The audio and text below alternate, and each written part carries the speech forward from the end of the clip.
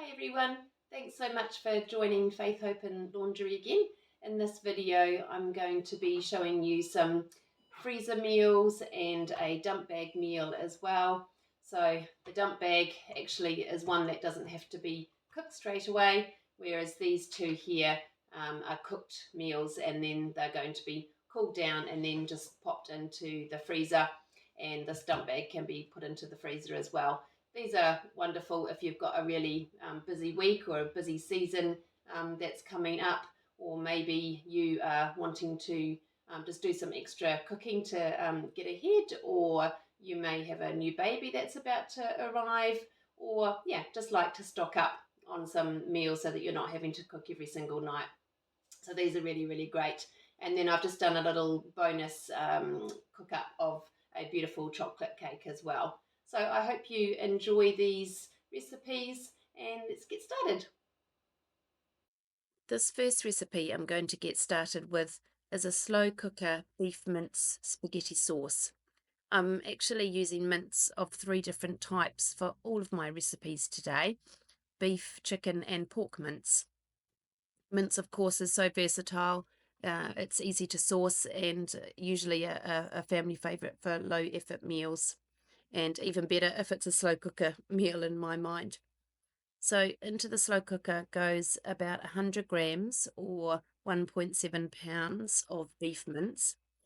I am making a bigger portion than what the recipe says, so I can get a couple of dinners out of it hopefully. But I will link or write up the recipes in the description below, so check those out. Next goes in finely chopped onion, garlic and carrot that I have whizzed up in the food processor. You can cook these 3 items in a pan for a few minutes first if you like, but I don't usually ever do that, just for saving time. Tomato paste and diced tomatoes are then added in. The next ingredient is a packet of tomato soup mix, which gives a lovely richness and depth to the spaghetti sauce. Beef stock cubes, a little sugar, salt, smoked paprika and dried oregano also go in to boost the flavours.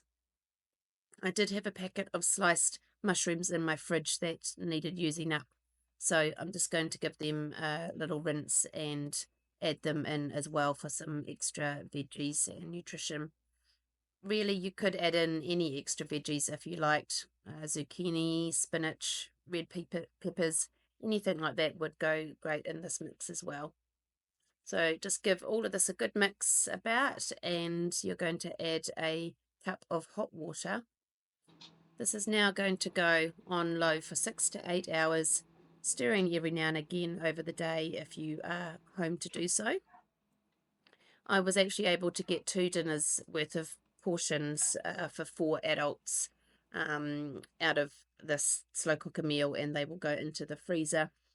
We enjoy this with spaghetti, rice, or you can even put it over a baked potato with lots of cheese and sour cream would be really yummy as well. This next recipe is a true dump bag.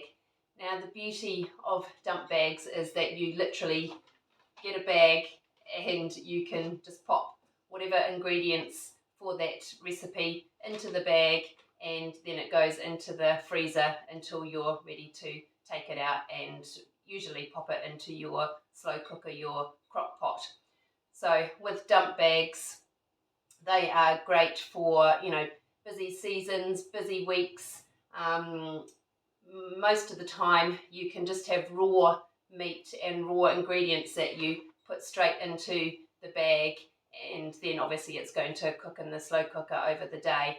So this dump bag that I'm doing today is a Thai green chicken curry using chicken mince. So I've got about 800 grams of raw chicken mince here that's going to go into this bag. This chicken mince has not been pre-frozen either at home or by the supermarket, so it is safe to make up this dump bag with the raw chicken.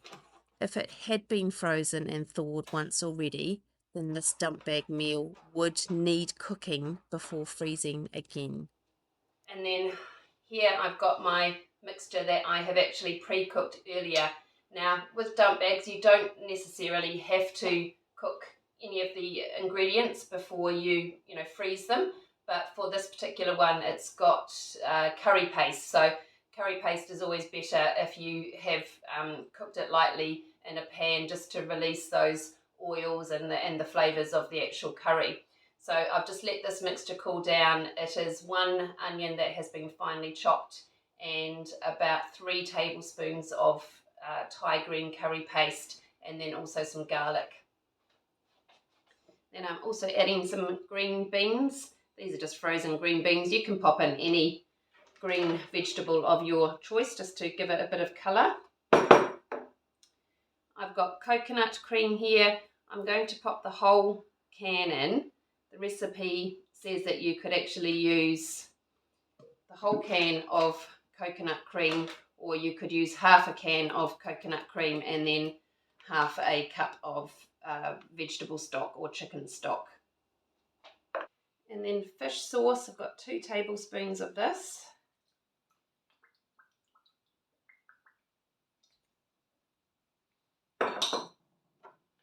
Sugar, the recipe calls for brown sugar, but I've only got white, so about a teaspoon of sugar, and then just a little bit of additional salt goes in there as well.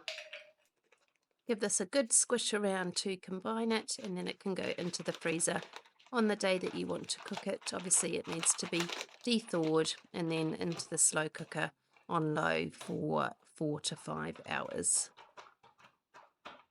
This pork mince recipe is a Filipino dish called pork menudo. It's super easy to make either in a pot or the slow cooker recipe.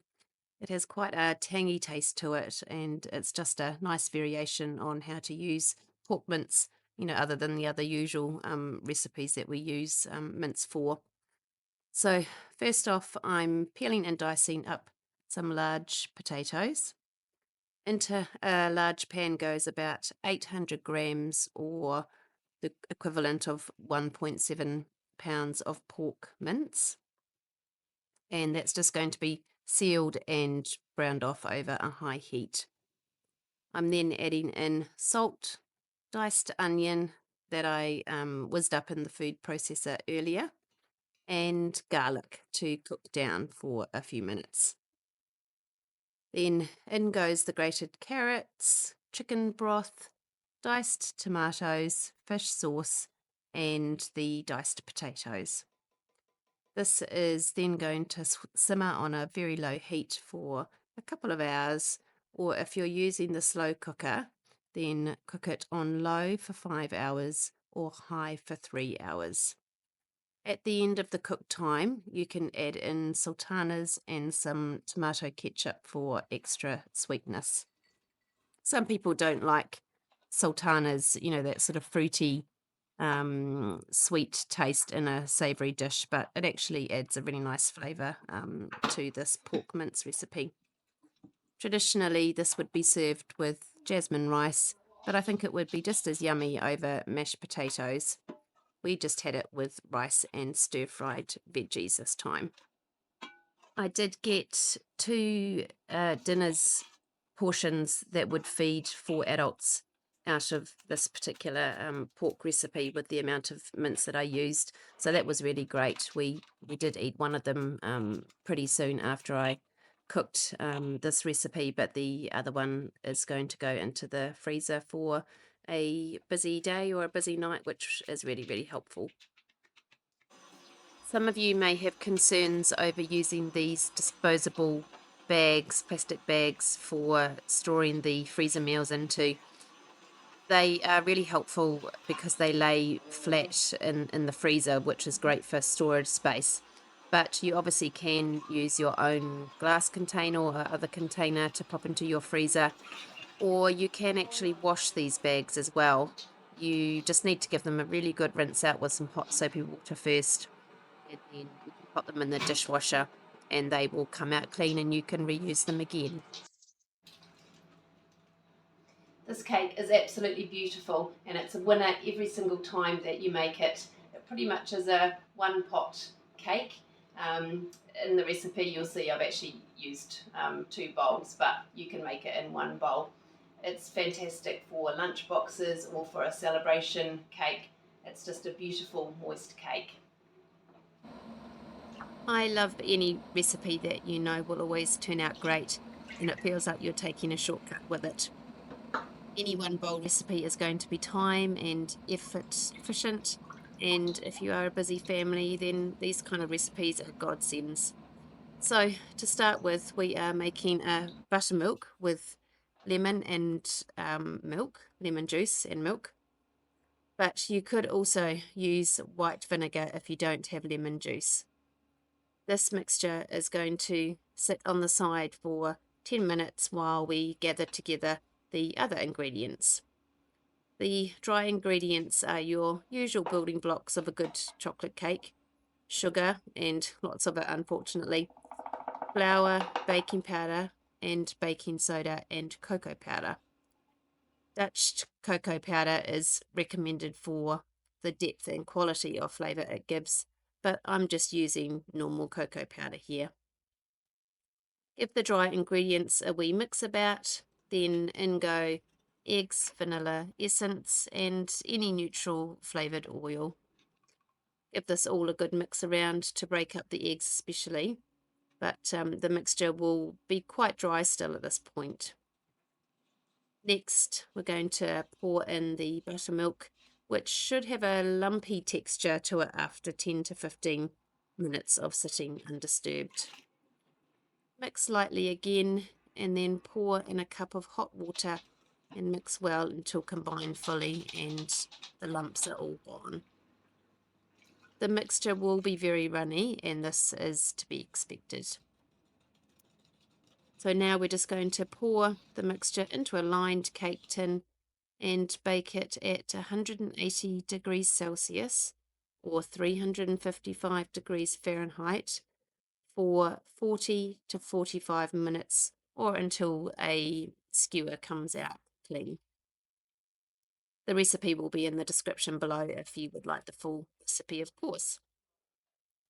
You can ice it with a simple sprinkle of icing sugar or homemade icing, or get a bit more fancy and make a chocolate ganache to pour over top. Any of these options are lovely either way. And this cake will be gobbled up in your household like it is in mine, I'm sure. Thanks so much for joining me today, everyone. I really hope you enjoyed this video and found it helpful. I do weekly videos on anything to do with meal prepping, cooking for busy families, decluttering, cleaning, organising, just any of that sort of general life stuff. If you're a busy full-time working family like I am, then it's just all that day-to-day stuff that we can do together. Hopefully you found this inspiring. I would love you to subscribe and hit the like button, and I will see you in my next video. Bye guys.